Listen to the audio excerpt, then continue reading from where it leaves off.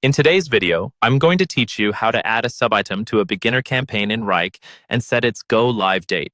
First, make sure you're logged into your Wrike account and that you have access to the workspace where your beginner campaign is located. Once you're in, navigate to the beginner campaign folder or project. This is usually found in the relevant space in the left-hand navigation panel. Click into the beginner campaign so that you can see the main table or list view of all the tasks and items associated with that campaign.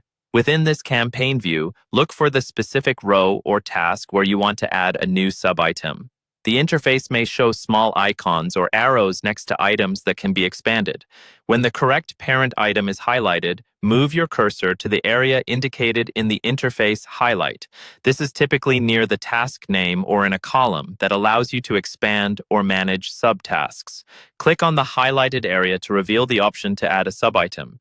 You should see a control or link labeled Add Subitem. Go ahead and click on Add Subitem. This will create a new line or entry directly beneath the main task, nested under it. Subitems help you break down your work into smaller, more manageable pieces while keeping everything organized under the same main task.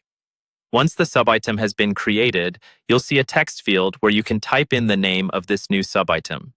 Click into that field and type in a clear, descriptive title. Aim for something that quickly tells you what needs to be done, such as a specific deliverable, milestone, or action related to the overall beginner campaign. Taking a moment to name it clearly will make it much easier to scan your project later.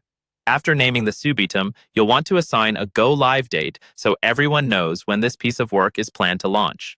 In the subitems row, locate the column labeled Go Live Date or similar. Click on that date field. A calendar picker should appear, allowing you to select the appropriate date. Choose the date that aligns with your campaign timeline and confirm your selection. Once that's done, your new subitem is added under the beginner campaign with a clear title and a defined go-live date, keeping your Wrike workspace organized and your campaign schedule easy to track.